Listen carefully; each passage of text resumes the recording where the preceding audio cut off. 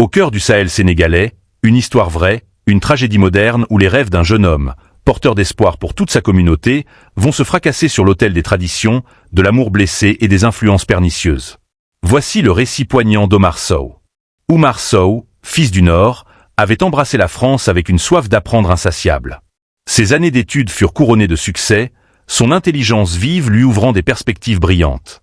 Il était devenu l'exemple à suivre, la fierté de sa famille au Sénégal, qui voyait en lui la promesse d'un avenir meilleur pour tous. Si cette histoire vous a plu, veuillez vous abonner.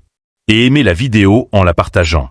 Et n'oubliez pas de laisser un commentaire sur ce qui vous a marqué le plus dans cette vidéo. Loin des siens, Omar avait trouvé l'amour auprès de Myriane, une étudiante togolaise tout aussi ambitieuse et passionnée. Leur union était une évidence, une fusion de deux âmes qui se comprenaient au-delà des frontières. La naissance de leur fille Fatima combla leur bonheur, scellant un avenir qu'ils imaginaient lumineux et sans entrave. Cependant, l'écho du village natal résonnait de plus en plus fort. Les appels de sa mère, Mariama, empreints d'inquiétude et d'attente traditionnelle, se faisaient plus pressants. « Omar, ton succès est notre fierté, mais n'oublie pas d'où tu viens.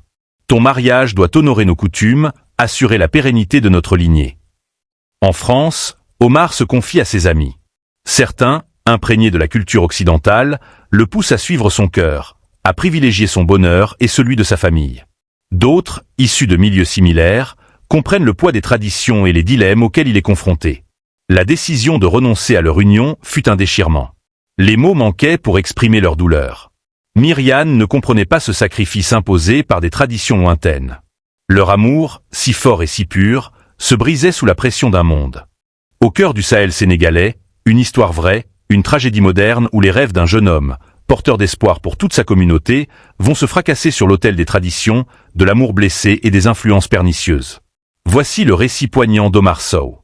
Omar Sow, fils du Nord, avait embrassé la France avec une soif d'apprendre insatiable. Ses années d'études furent couronnées de succès, son intelligence vive lui ouvrant des perspectives brillantes. Il était devenu l'exemple à suivre, la fierté de sa famille au Sénégal, qui voyait en lui la promesse d'un avenir meilleur pour tous. Si cette histoire vous a plu, veuillez vous abonner. Et aimer la vidéo en la partageant. Et n'oubliez pas de laisser un commentaire sur ce qui vous a marqué le plus dans cette vidéo. Loin des siens, Omar avait trouvé l'amour auprès de Myriane, une étudiante togolaise tout aussi ambitieuse et passionnée. Leur union était une évidence, une fusion de deux âmes qui se comprenaient au-delà des frontières. La naissance de leur fille Fatima combla leur bonheur, scellant un avenir qu'ils imaginaient lumineux et sans entrave. Cependant, l'écho du village natal résonnait de plus en plus fort. Les appels de sa mère, Mariama, empreints d'inquiétude et d'attente traditionnelle, se faisaient plus pressants. « Omar, ton succès est notre fierté, mais n'oublie pas d'où tu viens. Ton mariage doit honorer nos coutumes, assurer la pérennité de notre lignée. » En France, Omar se confie à ses amis. Certains, imprégnés de la culture occidentale, le poussent à suivre son cœur, à privilégier son bonheur et celui de sa famille. D'autres, issus de milieux similaires, comprennent le poids des traditions et les dilemmes auxquels il est confronté. La décision de renoncer à leur union fut un déchirement. Les mots manquaient pour exprimer leur douleur. Myriane ne comprenait pas ce sacrifice imposé par des traditions lointaines. Leur amour, si fort et si pur, se brisait sous la pression d'un monde. Omar, réfléchit bien avant de l'amener ici, lui conseilla son ami Moussa, lui-même divorcé d'une femme qu'il avait fait venir. J'ai vu tellement de cas similaires. Elles arrivent, voient le mode de vie, se font de nouvelles fréquentations et ne reconnaissent plus personne.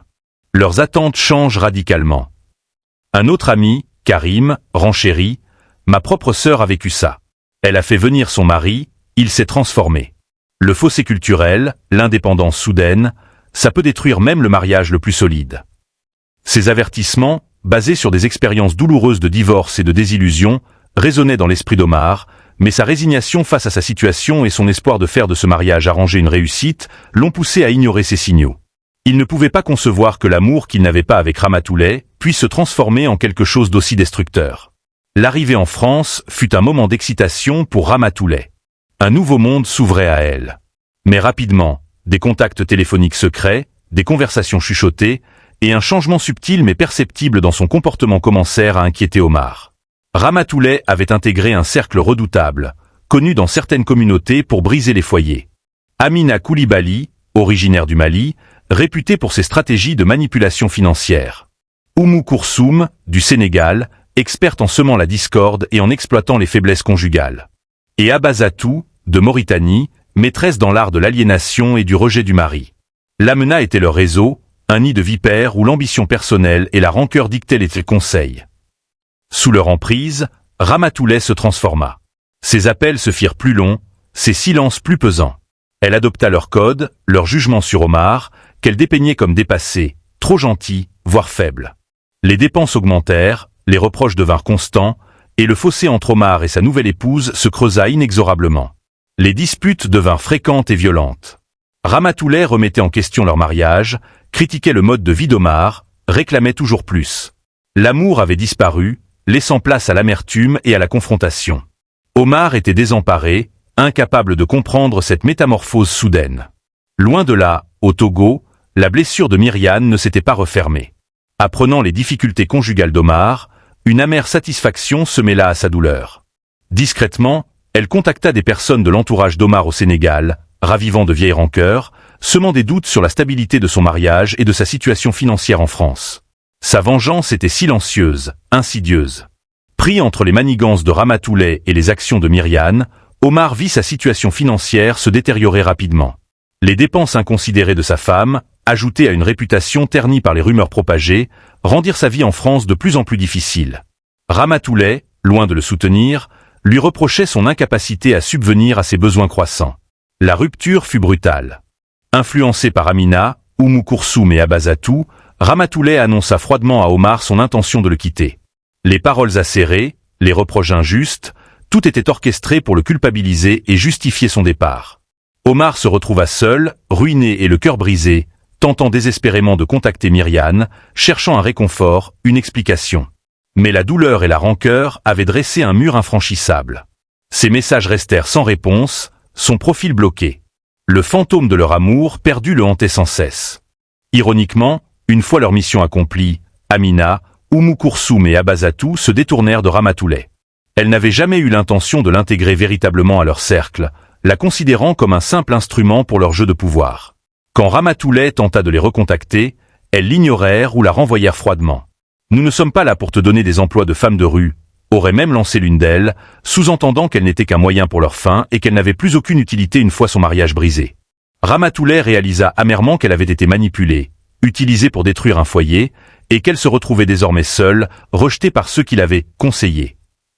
Son sort était devenu plus tragique encore que celui d'Omar. Le retour d'Omar au Sénégal fut empreint d'une tristesse infinie, loin de la liesse de son premier retour.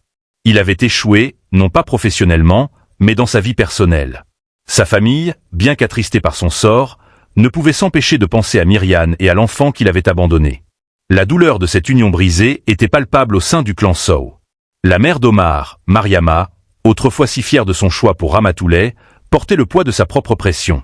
Elle souffrait de voir son fils anéanti et regrettait amèrement les conséquences de son intervention. Les déchirures au sein de la famille étaient profondes, certains membres reprochant à Mariama son insistance, d'autres se sentant impuissants face au malheur d'Omar. En France, Ramatoulaye sombra dans la solitude. L'argent et les biens matériels n'avaient pas comblé le vide affectif. Elle réalisa l'amère vérité. Elle avait sacrifié son mariage sur l'autel de mauvaises influences et se retrouvait désormais seule, sans la reconnaissance ni le soutien de celle qui l'avait manipulée. Son destin, désormais sombre, était la conséquence de sa propre soif d'argent et de sa naïveté face aux prédations. Omar, marqué à jamais par cette tragédie, vivra avec le regret de ses choix, la douleur de l'amour perdu et la culpabilité d'avoir brisé sa famille en France. La pression des traditions l'avait conduit à un sacrifice douloureux, dont les conséquences avaient détruit plusieurs vies. Le récit d'Omar Sow, ancré dans une réalité douloureuse, nous invite à une réflexion profonde. Il est une leçon amère pour tous ceux qui, aveuglés par le poids des attentes, renoncent à leur bonheur et à leurs convictions profondes. L'histoire d'Omar est un avertissement contre les dangers de la pression familiale excessive et de l'ignorance des réalités d'un monde en mutation. Elle met en lumière les conséquences dévastatrices de la jalousie et de la manipulation, mais aussi la tragédie des unions brisées qui, loin d'apporter le bonheur, ne sèment que désolation. Pour ceux qui envisagent une vie à l'étranger, ou qui sont confrontés à des choix entre tradition et amour, l'histoire d'Omar est un miroir. Prenez garde aux conseils extérieurs, aux promesses de facilité qui peuvent masquer des intentions destructrices. Écoutez votre cœur, mais aussi les mises en garde de ceux qui ont déjà emprunté des chemins similaires. Le véritable bonheur ne se trouve jamais au prix de la destruction de soi ou des autres. Et le poids d'un regret éternel peut être plus lourd que toutes les pressions du monde. Que l'histoire d'Omar Sow serve de prudence et de sagesse pour les générations futures.